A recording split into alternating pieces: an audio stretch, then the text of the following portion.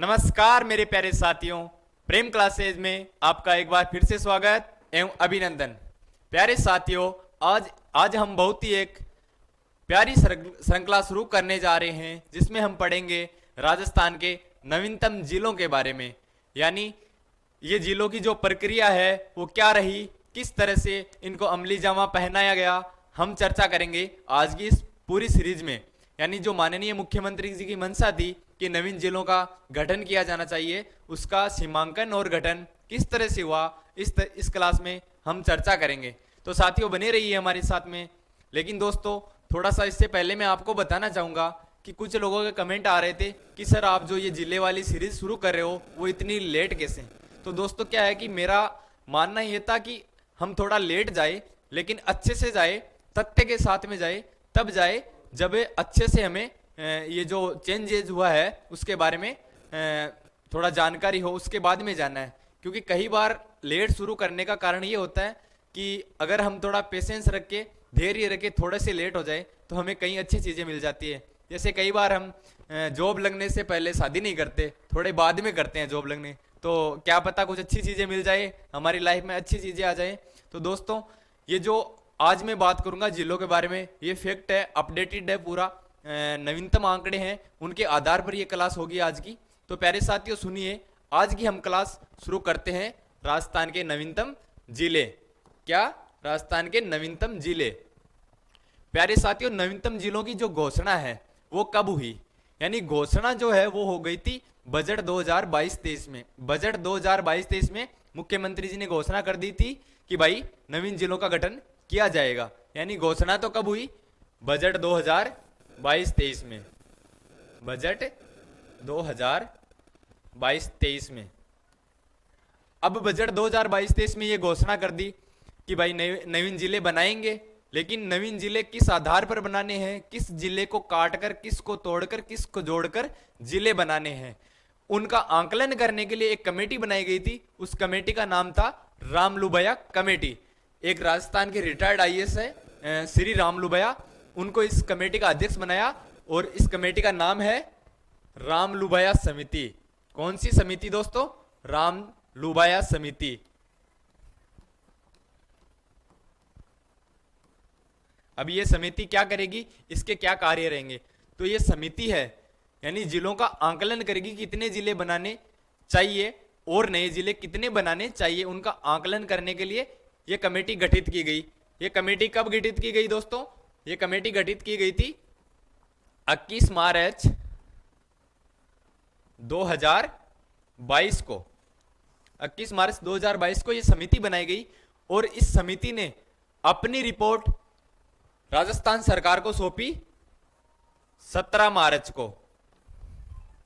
17 मार्च को इस कमेटी ने राजस्थान सरकार को अपनी रिपोर्ट सौंप दी और इसकी अंतिम रिपोर्ट के आधार पर राजस्थान सरकार ने बजट 2023-24 में, बजट 2023-24 में घोषणा कर दी कि राजस्थान में 19 नए जिले और 3 संभाग बनाए जाएंगे। यानी बजट 2022-23 में तो ये कहा कि जिले बनाए जाएंगे और बजट 2023-24 में ये कंफर्म कर दिया कि कितने जिले बनाएंगे, कितने संभाग बनाएंगे।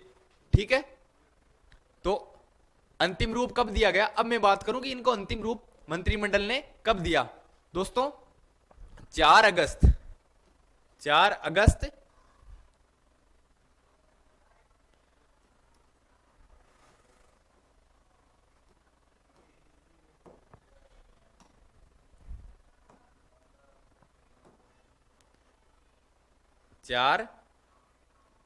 अगस्त 2023 को मंत्रिमंडल की बैठक होती है माननीय मुख्यमंत्री अशोक गहलोत जी की अध्यक्षता में। और अशोक गहलोत जी की अध्यक्षता में मंत्रिमंडल ने ये निर्णय लेती है मंत्रिमंडल कि राजस्थान में 19 नए जिले और उनके गठन कर दिया जाएगा।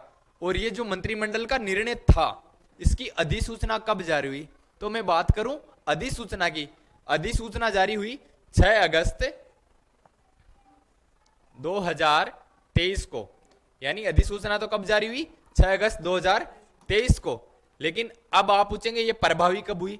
तो प्रभावी एक दिन आगे यानी 7 अगस्त को, 7 अगस्त को प्रभावी हुई, 7 अगस्त 2023 को। यहां से फैक्ट बनेंगे, सीधे सीधे क्वेश्चन बनेंगे, जो भी ऑब्जेक्टिव टाइप एग्जाम होते हैं यहां से बहुत अच्छे क्वेश्चन पूछे जाएंगे। यानी जिलों से तो क्वेश्चन बनेंगे, लेकिन जो बैकग्राउंड था, क्या प्रक्रिया रही, कब मंत्रिमंडल की बैठक हुई, कब अधिसूचना जारी हुई, अधिसूचना प्रभावी कब हुई, वो सब पूछा जाएगा। और ये जो अधिसूचना प्रभावी की ये डेट है 7 अगस्त। दोस्तों ये याद रखना, ये डेट इंपॉर्टेंट है। कैसे इंपॉर्टेंट है, आप पूछेंगे सर कैसे इंपॉर्टेंट है, थोड़ा बताना। तो ये इंपॉर्टेंट ऐसे है कि जो 19 नवीन जिले बने हैं उनका स्थापना दिवस भी 7 अगस्त है। 7 अगस्त स्थापना दिवस, यानी जिला मुख्यालय पे जो शुरुआत की गई विधिवत, वो 7 अगस्त को ही की गई। स्थापना दिवस इसी दिन को मनाया जाएगा 19 नवीन जिलों के। अब दोस्तों, अब राजस्थान जो है उसमें 50 जिले हो गए और 10 संभाग हो गए। पहले कितने जिले थे, 33 जिले। अब कितने, 50 जिले, और संभाग कितने, 10। पहले कितने संभाग थे, 7। ठीक है दोस्तों, तो ये देख लीजिए, जन भावना का हुआ सम्मान, 50 जिलों का हुआ राजस्थान। इसी टैगलाइन के साथ में आप देखिए, ये तो संभाग हो गए, ऊपर ही ऊपर संभाग है सीकर नवीन संभाग, एक नवीन संभाग बांसवाड़ा, एक नवीन संभाग पाली। ये जो है राजस्थान का नया नक्शा है, आप इसको अच्छे से देखना, किस जिले से किस जिले को नया जिला बनाया गया, इसके बारे में आप थोड़ा सा देखना। ठीक है दोस्तों, अब मैं बात करूं ऐसे कौन कौन से जिले हैं जो अंतरराष्ट्रीय सीमा बनाते हैं। तो आइए थोड़ा सा मैप से ही समझेंगे इसको, तो आसान रहेगा समझने में। अंतरराष्ट्रीय सीमा पर स्थित जिले कौन से हैं, यानी अंतरराष्ट्रीय सीमा का मतलब ये होता है कि जो दूसरे राष्ट्र से सीमा बनाए। तो इधर हो गया अपना पाकिस्तान, थोड़ा सा आप समझ लीजिए, पाकिस्तान से सीमा बनाने वाले अंतरराष्ट्रीय सीमा पर स्थित है। ऊपर ही ऊपर तो है अपना गंगानगर, उससे नीचे अनूपगढ़ है, गंगानगर और बीकानेर को तोड़कर बनाया गया। उससे जस्ट नीचे अपना है जैसलमेर, उससे जस्ट नीचे अपना बाड़मेर, और एक इधर हो गया बीकानेर। यानी अब जिलों की संख्या कितनी हो गई है, 5। कितने जिले, 5, जो अंतरराष्ट्रीय सीमा पर स्थित है। कितने जिले हैं, 5 जिले अंतरराष्ट्रीय सीमा पर स्थित। अब ये 5 जिले कौन से हैं वो ध्यान रखना। पहला ऊपर ही ऊपर हो गया गंगानगर, गंगानगर, उससे जस्ट नीचे हो गया अनूपगढ़ हो गया। बीकानेर तो पहले था, अनूपगढ़, अनूपगढ़, उससे नीचे बीकानेर, बीकानेर, उससे नीचे अपना जैसलमेर, और सबसे अंत में बाड़मेर। कौन सा मेर, बाड़मेर।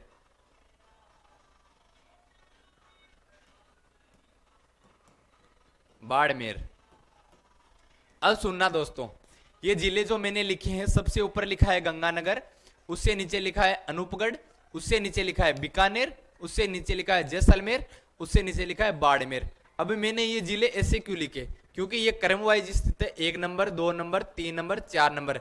अब यहां से क्वेश्चन क्या बनेगा, क्वेश्चन आपसे अच्छा क्वेश्चन बन सकता है कि उत्तर से दक्षिण का क्रम बताइए। तो क्रम में आपको याद रखना पड़ेगा, क्रम में याद रखोगे तभी क्रम बता पाओगे। या पूछा जाएगा दक्षिण से उत्तर की ओर क्रम बताइए, दक्षिण से उत्तर की ओर पूछे तो बाड़मेर, जैसलमेर, बीकानेर, अनूपगढ़, गंगानगर, और उत्तर से दक्षिण पूछे तो गंगानगर, अनूपगढ़, अनूपगढ़ से नीचे हो गया बीकानेर, बीकानेर से नीचे हो गया जैसलमेर, जैसलमेर से नीचे हो गया बाड़मेर। ठीक है साथियों, तो ये जिले जो अंतरराष्ट्रीय सीमा पर स्थित है, पहले इनकी संख्या 4 थी, अब अनूपगढ़ नया जिला बन गया तो इनकी संख्या 5 हो गई है। तो आप ये अपडेटेड आंकड़े ध्यान रखना।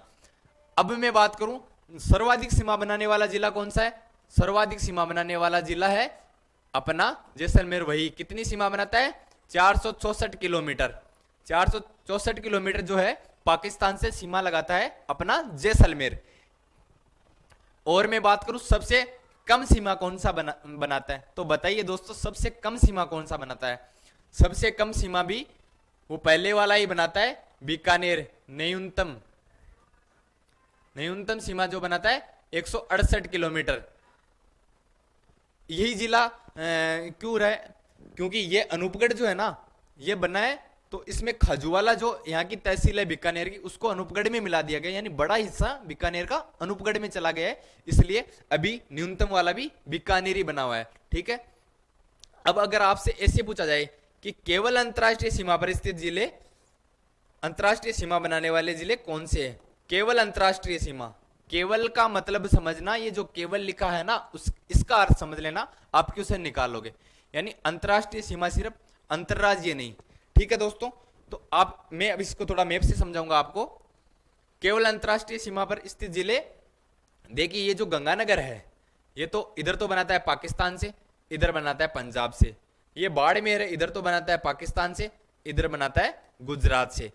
ठीक है, ये दो जिले राज्य से भी बनाता है और राष्ट्र से भी बनाता है, ये भी ऐसे ही बनाता है। तो अब मेरी बात सुनना, केवल अंतरराष्ट्रीय गंगानगर तो होगा नहीं, क्योंकि ये तो अंतरराष्ट्रीय अंतरराज्य दोनों बनाता है। बाड़मेर भी नहीं होगा, तो लारे पीछे कितने बच गए? पीछे बच गए 4। पीछे कितने बच गए? 4, सॉरी 3 बच गए पीछे, 5 में से 2 गए, 3। तो अब कितनी संख्या हो गई? 3। कौन कौन सा?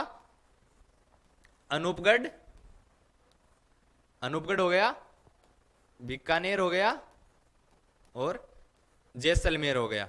ये 3 जिले हैं जो केवल अंतरराष्ट्रीय सीमा बनाते हैं। ठीक है दोस्तों, ये आप ध्यान रखना।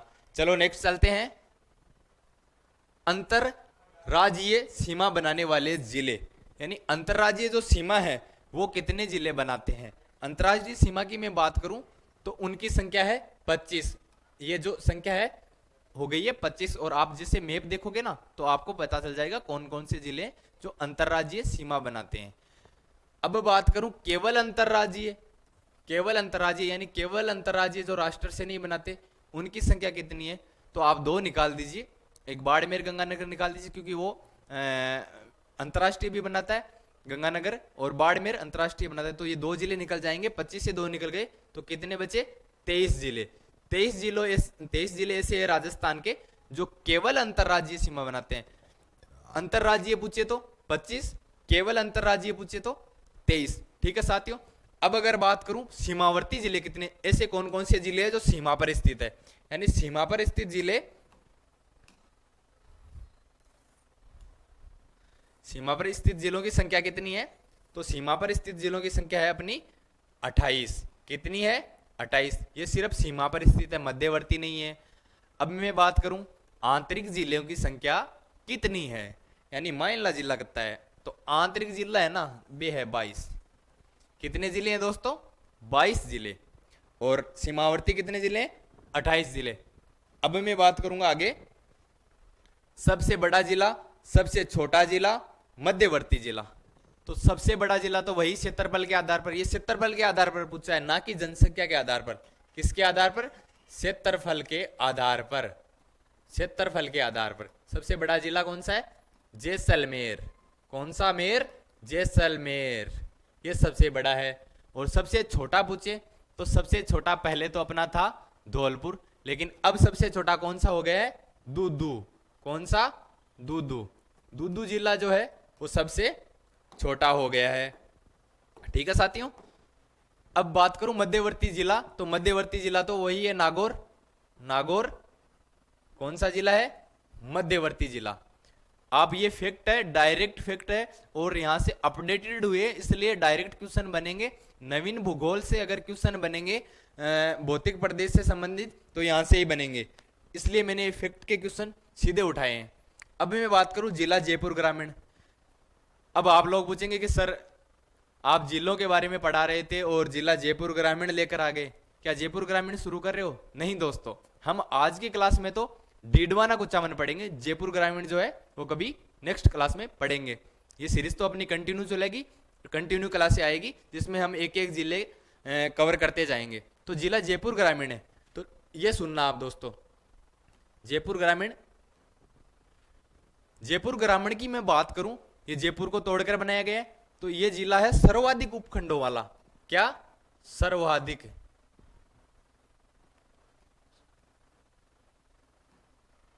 सर्वाधिक उपखंड किस जिले में है? जयपुर में, सर्वाधिक उपखंड। अब आप पूछेंगे कि सर सर्वाधिक उपखंड बता दिए तो सर्वाधिक तहसीलें भी बता दीजिए, तो तहसीलें भी सुन लीजिए। सर्वाधिक तहसीलों वाला जिला भी यही है। यही कौन सा? जयपुर ग्रामीण। सर्वाधिक तहसीलें, सर्वाधिक उपखंड भी इसमें और सर्वाधिक तहसील भी इसमें। अब मैं बात करूं सर्वाधिक सीमा बनाने वाला जिला, यानी सर्वाधिक जिलों के साथ में सीमा बनाने वाला जिला, तो वही भी अपना जयपुर ग्रामीण है। सर्वाधिक जिलों के साथ में सीमा, सर्वाधिक जिलों के साथ में सीमा, सर्वाधिक जिलों से सीमा।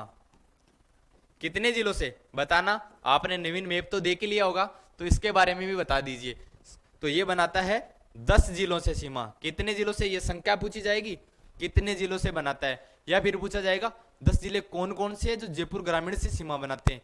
ठीक है, ऐसे क्वेश्चन बनेंगे। तो ऐसे क्वेश्चन आप कैसे सोल्व करेंगे? तो आपको मैप के माध्यम से पढ़ना पड़ेगा। देखिए, ठीक है, ये अपना जयपुर ग्रामीण हो गया और ये अपना जयपुर शहर हो गया। मैं थोड़ा सा इसको कम कर लेता हूं। अब देखना, ऊपर ही ऊपर अपना जिला जो है ये हो गया कोटपुतली बहरोड, सीमा बनाता है। उसके बाद में हो गया नीम का थाना, उसके बाद में हो गया इधर सिक्कर, और इधर हो गया डीडवाना कुचामन, इधर अपना दूदू, इधर थोड़ी सी सीमा अजमेर की, इधर टोंक हो गया, इधर थोड़ी सी सवाई माधोपुर की हो गई, इधर दौसा हो गया, गंगापुर सिटी नहीं लगाएगा, और इधर अलवर। यानी ये 10 जिले हैं जो किससे सीमा बनाते हैं? जयपुर ग्रामीण से। इसलिए जयपुर ग्रामीण सर्वाधिक जिलों के साथ में सीमा बनाने वाला जिला हो गया है। अब सुनना दोस्तों, अंतरराष्ट्रीय व अंतरराज्यीय दोनों सीमा बनाने वाले जिले कौन से हैं? ये क्वेश्चन क्या कहता है? ये कहता है कि ऐसा कौन से जिले हैं जो अंतरराष्ट्रीय सीमा भी बनाते हैं और अंतरराज्यीय सीमा भी बनाते हैं।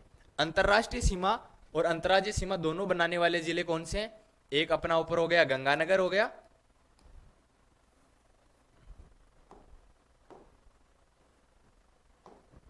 एक गंगानगर हो गया,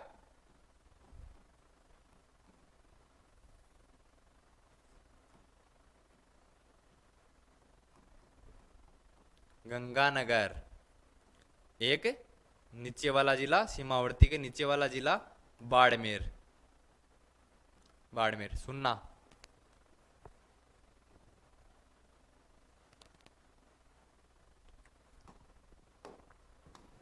गंगानगर जो है ये अंतरराष्ट्रीय सीमा तो किसके साथ में बनाता है? पाकिस्तान के साथ में। किसके साथ में? और अंतरराज्यीय सीमा किसके बनाता है? पंजाब के साथ में। तो हो गया ना अंतरराज्यीय अंतरराष्ट्रीय दोनों सीमा बनाने वाला, यानी पाकिस्तान और पंजाब। ये जो बाड़मेर है ये अंतरराष्ट्रीय सीमा तो बनाता है पाकिस्तान के साथ में, और अंतरराज्यीय सीमा बनाता है गुजरात के साथ में।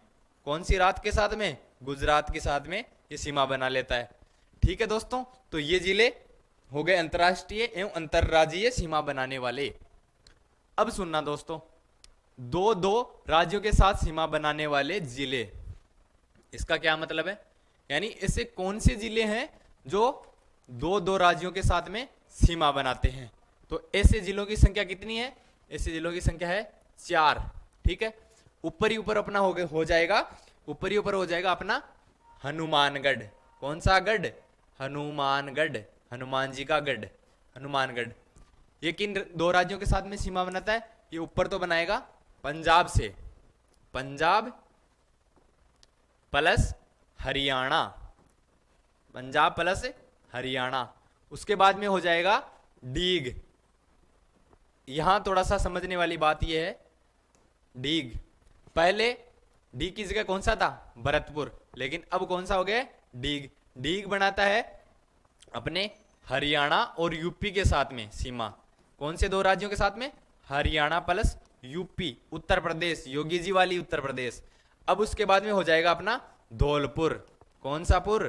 धौलपुर, धौलपुर। धौलपुर जो है ये सीमा किन किन के साथ में बनाता है? ये बनाता है UP plus MP, Madhya Pradesh plus Uttar Pradesh, यानी योगी आदित्यनाथ और अपने मध्य प्रदेश वाले सीएम का क्या नाम है? मैं नाम भूल गया भाई, आप ही बताना। ठीक है, और मैं आगे एक जिला और अपना हो गया बांसवाड़ा। बांसवाड़ा ये किन के साथ में सीमा बनाता है? तो ये सीमा बनाता है अपने मध्य प्रदेश, एमपी प्लस गुजरात,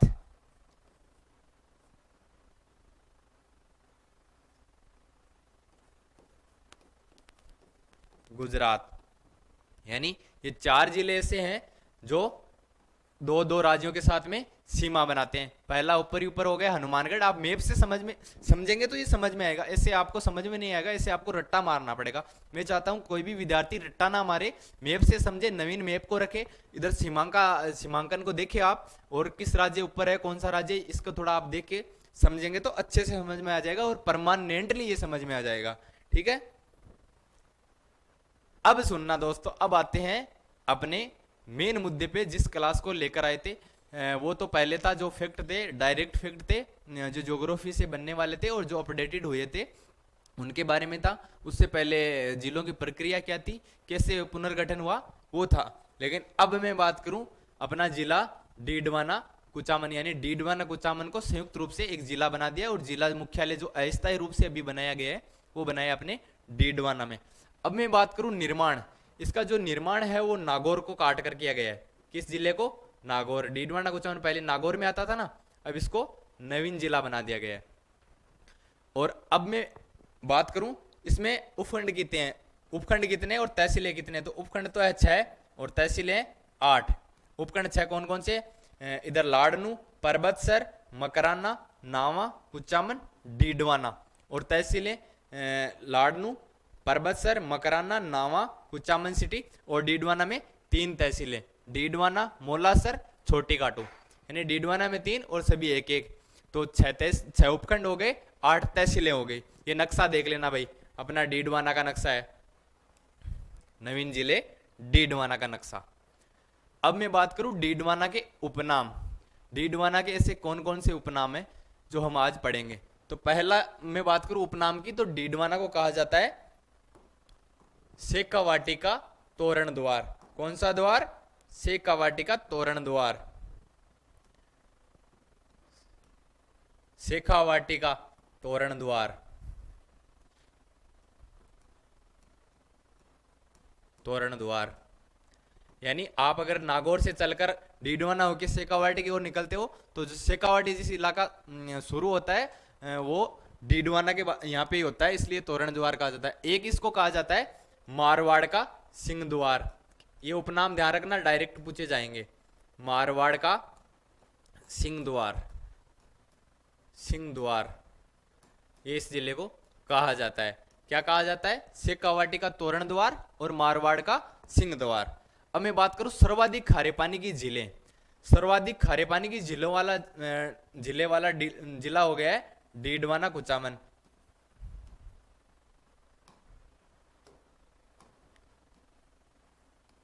डीडवाना कुचामन सर्वाधिक खारे पानी की झीलों वाला जिला हो गया है डीडवाना कुचामन। यहाँ कहाँ कहाँ है? एक तो डीडवाना में है,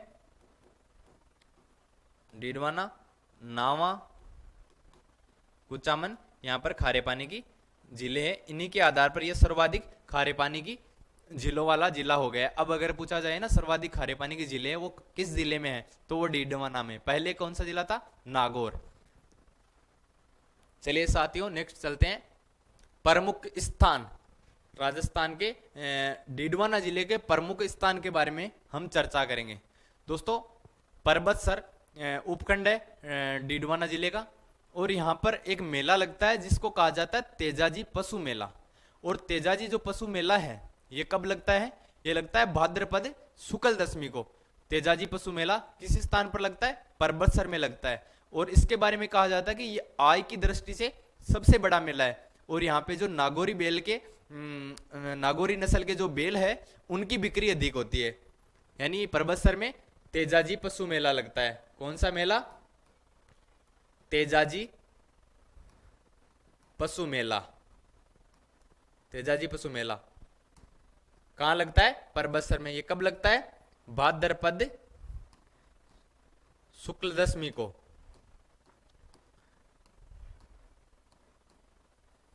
भाद्रपद शुक्ल दशमी को तेजाजी पशु मेला लगता है, जो आय की दृष्टि से सबसे बड़ा मेला है। आय की दृष्टि से सबसे बड़ा मेला, आय की दृष्टि से सबसे बड़ा मेला, सबसे बड़ा। परबतसर में एक परबत्सर की उपखंड जो मकराना है, मकराना क्यों प्रसिद्ध है? सबको पता है मकराना क्यों प्रसिद्ध है। मकराना प्रसिद्ध है मार्बल के लिए, यानी मकराना की मार्बल की जो क्वालिटी है वो इतनी अच्छी है कि यहाँ के मार्बल से मुमताज की याद में शाहजहां ने ताजमहल बनवा दिया था कि अगर ताजमहल बनाओ ना तो मकराना को मार्बल ले जार बनाओ। शाहजहां अड़गियो देख लो, अब कितना अच्छा मार्बल है। और यहाँ का मार्बल उद्योग प्रसिद्ध है। कौन सा उद्योग? मार्बल उद्योग। ये जो मार्बल निकलता है ना, यहां से मकराना में मार्बल उद्योग तो प्रसिद्ध है। एक यहाँ पे प्रसिद्ध क्या चीज है? संगमरमर।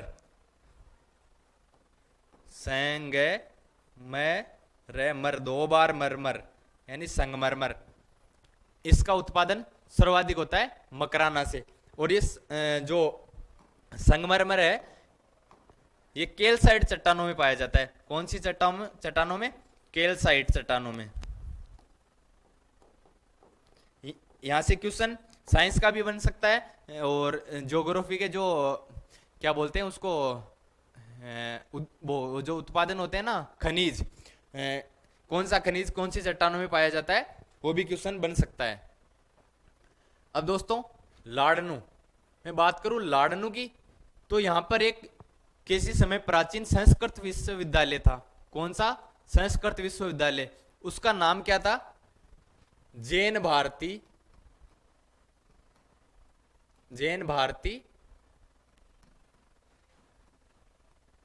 विश्वविद्यालय।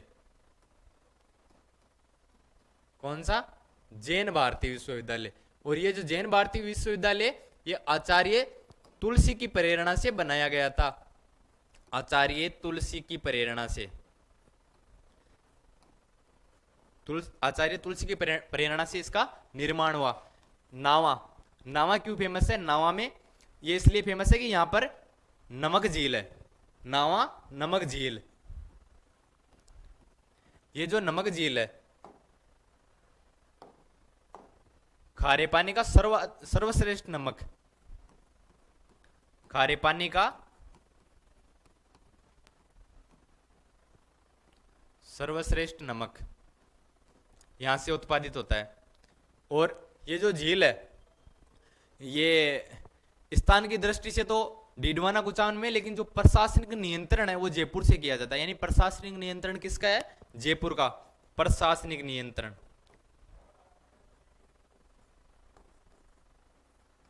प्रशासनिक नियंत्रण जयपुर।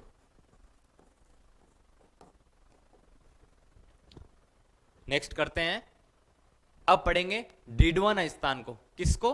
डीडवाना को। तो डीडवाना के बारे में मैं दो चार बातें कर लेता हूं। इसको कहा जाता है आभा नगरी। कौन सी नगरी? आभा नगरी। किसको कहा जाता है? डीडवाना को, जो डीडवाना कुचामन जिले में आता है। और इसी को कहा जाता है उपकाशी। उपकाशी, उपकाशी क्यों कहा जाता है? ऐसा माना जाता है कि किसी समय में यह संस्कृत का बहुत बड़ा केंद्र रहा था, संस्कृत शिक्षा का बहुत बड़ा केंद्र रहा था, इसीलिए इसको उपकाशी कहा जाता है। ठीक है दोस्तों, अब मैं बात करूं डीडवाना की स्थापना, तो यह बसाया था डिडूसा ने। किसने? डिडूसा ने। डिडूसा नामक व्यक्ति थे, उन्होंने बसाया। इसकी स्थापना इसने की। अब मैं बात करूं डीडवाना नमक झील।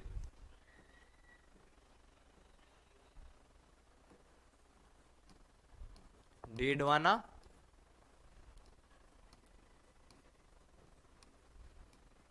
नमक झील, इसके बारे में आप कुछ बातें सुनना।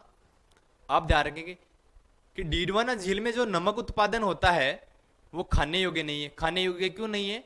क्योंकि उसमें सोडियम क्लोराइड की मात्रा जो है वो ज्यादा है। इसलिए यहां जो नमक उत्पादित होता है वो नमक चमड़ा उद्योग और कागज उद्योग में काम में लिया जाता है। यानी किसमें? चमड़ा उद्योग में और कागज उद्योग में। खाने योग्य नहीं है, योग्य नहीं। क्यों नहीं? सर्वाधिक सोडियम क्लोराइड।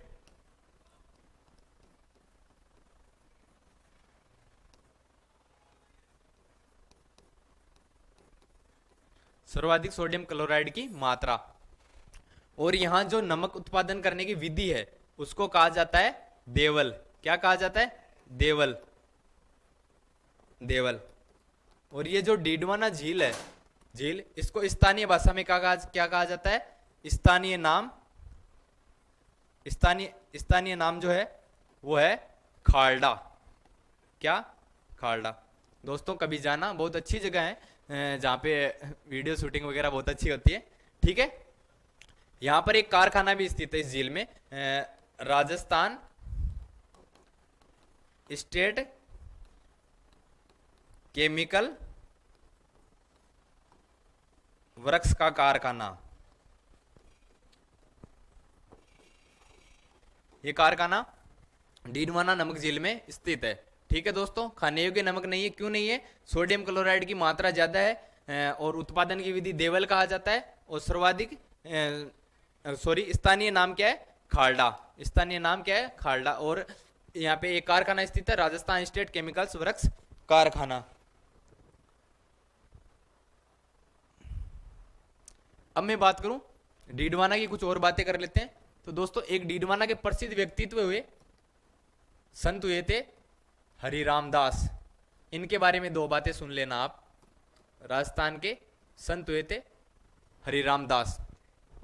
हरिराम दास जो थे, इनका जन्म तो हुआ था कापड़ौद डीडवाना में, एक गांव पड़ता है कापड़ौद डीडवाना में, वहां पर इनका जन्म हुआ था।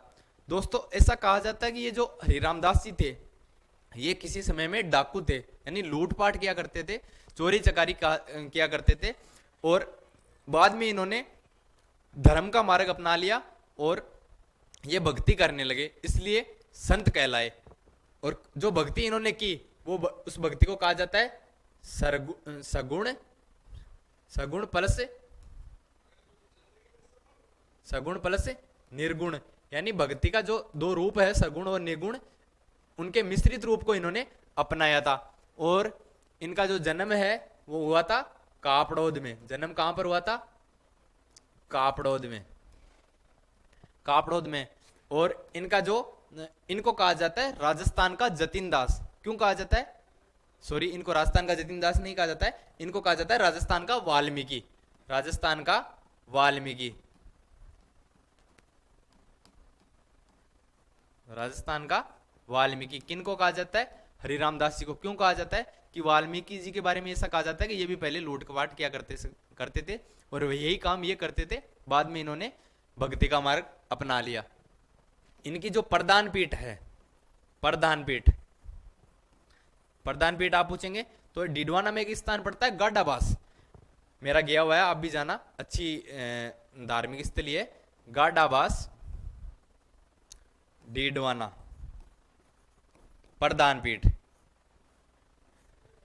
ये पीठ जो है ये है निरंजनी संप्रदाय की, यानी इन्होंने एक संप्रदाय चलाया था, वो निरंजनी संप्रदाय, इसकी ये पीठ है। ये निरंजनी संप्रदाय के संत थे हरिराम दास जी, जिनका संबंध है डीडवाना जिले से। जन्म कापड़ौद में, सगुण तथा निर्गुण दोनों भक्ति मिश्रित रूप अपनाया था। राजस्थान का वाल्मीकि कहा जाता है। प्रधान पीठ है वो गाडाबास डीडवाना में है। ठीक है दोस्तों, ये डीडवाना के बारे में हमने कुछ एक बातें अच्छे से पढ़ी है। उसके बारे में अगर कुछ बातें और रहती है तो हम और आगे देख लेंगे। ठीक है।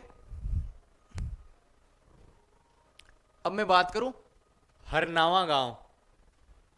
हरनावा गांव जो है, और एक गांव है कालवा गांव। कालवा गांव मैं आपको पहले ये बताऊंगा, कालवा गांव है जो है कर्माबाई की जन्मस्थली। राजस्थान की एक महिला संत हुई थी कर्माबाई, उनकी जन्मस्थली। कौन सा गांव है?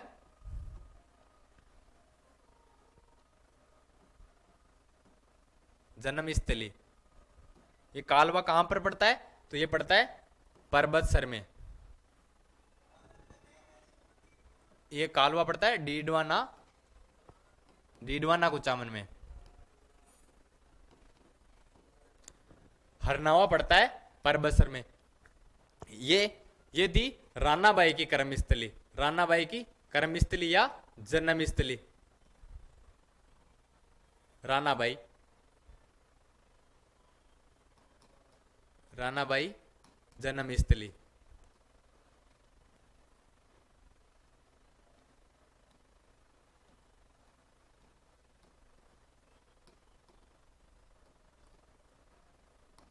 और ये जो रानाबाई है, इसको कहा जाता है राजस्थान की दूसरी मीरा। कौन सी मीरा? दूसरी मीरा। पहली मीरा को तो आप जानते ही हैं, इनको कहा जाता है राजस्थान की दूसरी मीरा।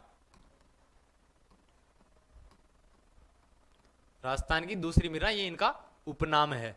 तो अगर आपसे पूछा जाए ना कि जो रानाबाई है उनका जन्म स्थान है वो कहाँ पे है, तो वो हरनावा है, और इसको कहा जाता है राजस्थान की दूसरी मीरा। सॉरी। केवाई माता मंदिर, तो दोस्तों केवाई माता मंदिर है वो एक परबतसर में स्थान पड़ता है, किन्सरिया। वहां पर दादीसों की कुलदेवी केवाई माता का मंदिर है। कहां पर है? किन्सरिया।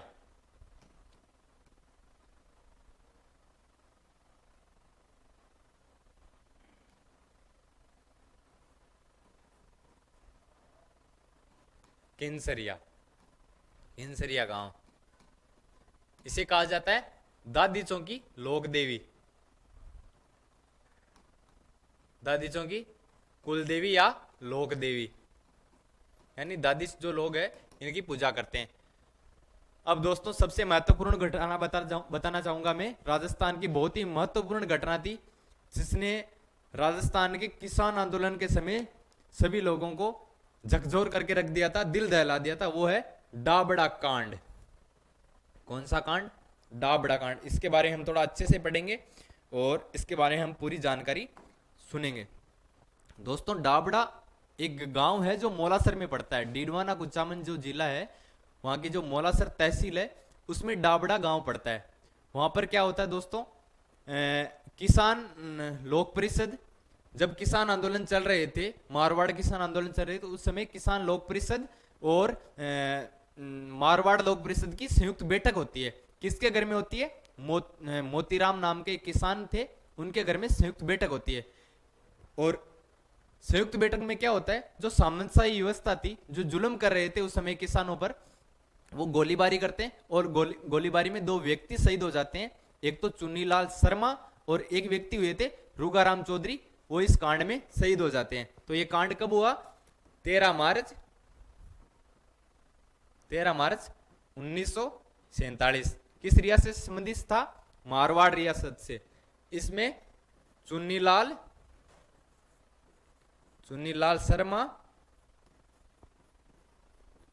शर्मा व रूगाराम नामक किसान, रूगाराम चौधरी शहीद हो गए थे। कौन? रूगाराम चौधरी, चुनीलाल शर्मा, और एक व्यक्ति थे मथुरादास माथुर। कौन थे? मथुरादास माथुर। मथुरादास माथुर ये इसमें घायल हो गए थे, घायल हो गए थे। यानी जो गोलियां की बौछार हुई, गोलियां चली उस समय, एक गोली इनके कान से निकल जाती है और इतनी तेज रफ्तार से निकलती है कि ये घबरा गए थे। और इन्होंने एक वाक्य कहा था कि जीवन को झकझोर कर देने वाली घटना थी, ऐसी घटना मैंने आज तक, इतनी निंदनीय घटना मैंने आज तक नहीं देखी। इन्होंने क्या कहा था? कहा जीवन को झकझोर कर देने वाली घटना।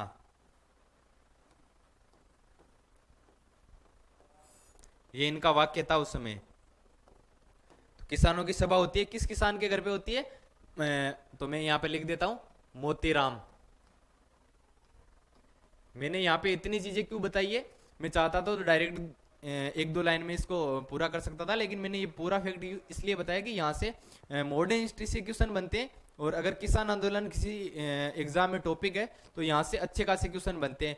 यानी जो शहीद हुए इनका नाम पूछा जाता है, या कब हुआ, या किस रियासत से संबंधित था। तो रियासत था मारवाड़। मारवाड़ रियासत में किसान आंदोलन चल रहे थे उस समय की ये बात है। दोस्तों वरुण गांव परबतसर में पड़ता है। अगर थाने अच्छो धेणो खानो है ना, चोको धेणो राखनो है, तो थाने अगर बकरी लानी है ना, तो बकरी ले जाओ वरुण गांव की। खिसिया गांव की, वरुण गांव की। यहाँ की बकरी कठे ना मिलला। क्यों नहीं मिलला? क्योंकि ये बकरी है ना, ये पूरे भारतवर्ष में फेमस है, भारत में प्रसिद्ध प्रसिद्ध वरुण गांव की बकरियां।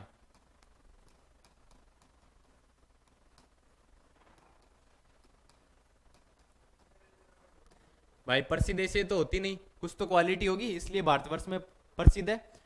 अब सुनना, राजस्थान के एक व्यक्तित्व हुए बाल मुकुंद बिसा। कौन? बाल मुकुंद बिसा। इनके बारे में दो बातें पढ़ लेते हैं। बाल मुकुंद बिसा है, जब मारवाड़ प्रजामंडल आंदोलन चल रहे थे उस समय बाल मुकुंद बिसा जेल में भूख हड़ताल करते हैं और इनकी मृत्यु जो है वो भूख हड़ताल के कारण हो जाती है। किनकी? बाल मुकुंद बिसा की। ये मृत्यु कब हो जाती है? तो ये मृत्यु होती है 19 जून 1942 को। यानी बाल मुकुंद बिसा है और इनका संबंध है पीलवा गांव, नागौर डीडवाना, पीलवा गांव से इनका संबंध है।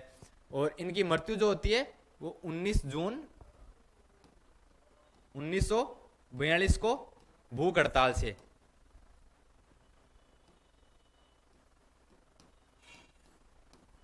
भूख हड़ताल से मृत्यु। और इनकी मृत्यु भूख हड़ताल से हुई, इसलिए इसको कहा जाता है राजस्थान का जतिन दास। जतिन दास भारत के क्रांतिकारी हुए जिनकी मृत्यु भी भूख हड़ताल से हुई थी, इसलिए इनको क्या कहा जाता है? राजस्थान के जतिन दास।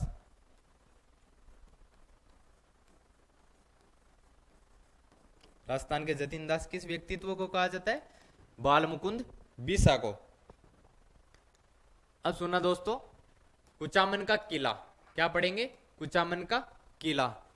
कुचामन का किला जो है वो बसाया था जालिम सिंह ने। किनने? जालिम सिंह ने। और ये जो कुचामन का किला है, कहा जाता है कि ये यहाँ के एक स्थानीय संत थे अल्लू बापजी महाराज। अल्लू बापजी महाराज के आशीर्वाद से ये किला बसाया गया था राजा जालिम सिंह द्वारा।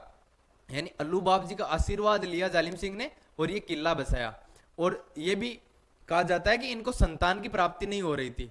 क्या नहीं हो रही थी? संतान की प्राप्ति। उस समय अल्लू बापजी के पास में ये जाते हैं और इनको अल्लू बापजी जो महाराज है वो संतान प्राप्ति का आशीर्वाद देते हैं।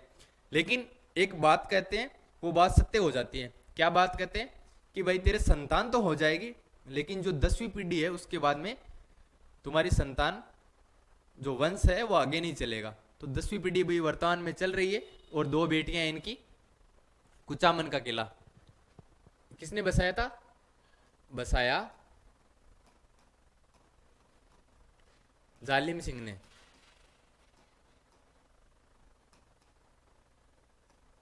जालिम सिंह ने। और इस किले को, इसकी सुंदरता के कारण ये इतनी अच्छा है, इतनी सुंदर इसकी कलाकृतियां हैं, इतनी मतलब सुरक्षा की दृष्टि से बहुत अच्छा है, इसलिए इस किले को कहा जाता है जागीरी किलों का सिरमौर। यानी जागीर में जो किले हुए ना उनसे सबसे अच्छा है जागीरी किलों का सिरमौर। किस किले को कहा जाता है? कुचामनी। कुचामन के किले को जागीरी किलों का सिरमौर कहा जाता है। बसाया जालिम सिंह ने था। किसके आशीर्वाद से? अल्लू बाप जी के आशीर्वाद से ये किला बसाया था। ठीक है। अब दोस्तों यहाँ पे क्या लिखा हुआ है? लक्ष्मी नारायण झूला महोत्सव। ये क्या है? ये बढ़ता है मोलासर में मेला बढ़ता है, यानी झूला लागे। कहीं लागे? झूला लागे। लक्ष्मी नारायण झूला महोत्सव मोलासर में बढ़ता है, भाद्रपद महीने में बढ़ता है। ठीक है। यहाँ पे एक बात और कर लेते हैं, चलो अगले पेज में करते हैं। कुचामनी ख्याल।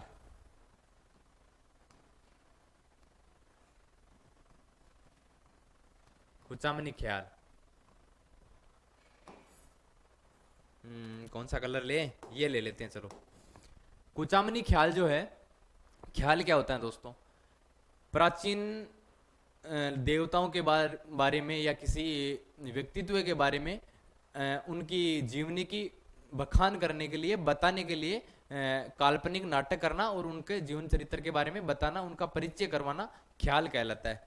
कुचामनी जो ख्याल है वो कुचामन की प्रसिद्ध है और इसके जो प्रवर्तक थे,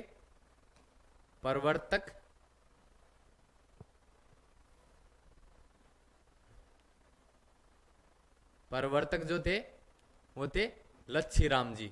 कौन थे? लच्छीराम। लच्छीराम इसके प्रवर्तक थे।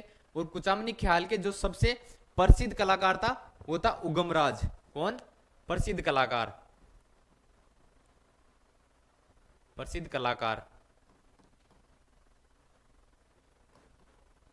उगमराज। इसमें मतलब कुछ काल्पनिक, जैसे यहाँ बेरूपिया कला नहीं होती, उस तरह से यहाँ पे बखान किया जाता है। ठीक है दोस्तों, कुचामनी ख्याल भी आप थोड़ा ध्यान में जरूर रखना।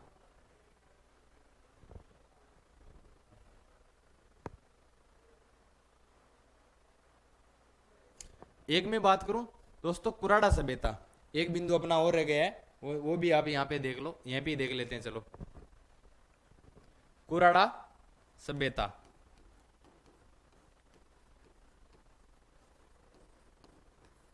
कुराड़ा सभ्यता जो है वो परबतसर से संबंधित है, और ये डीडवाना कुचामन में आती है। कहाँ? डीडवाना कुचामन जिले में कुराड़ा सभ्यता, आप ध्यान रखना। तो दोस्तों, आज अपनी ये क्लास थी जिला कुचामन डीडवाना के बारे में, और ये जो सीरीज हमने शुरू की है, थोड़ी लेट जरूर शुरू की है, लेकिन अच्छे से शुरू की है, और आगे भी हम अच्छे से अच्छा करने का प्रयास करेंगे। और ये जो जिले वाली सीरीज है वो कंटिन्यू रखेंगे, और जितने भी एग्जाम में मैं दावे के साथ में कह सकता हूँ, अपडेटेड जो क्वेश्चन बनेंगे करंट से रिलेटेड बनेंगे, और हमने पूरे फैक्ट करंट से अपडेट करके लेके आए, तथ्य के साथ में लेके आए। तो प्यारे साथियों, नमस्कार, जुड़े रहिए हमारे साथ में प्रेम क्लासेज यूट्यूब चैनल पे। आपका बहुत बहुत धन्यवाद। नमस्कार।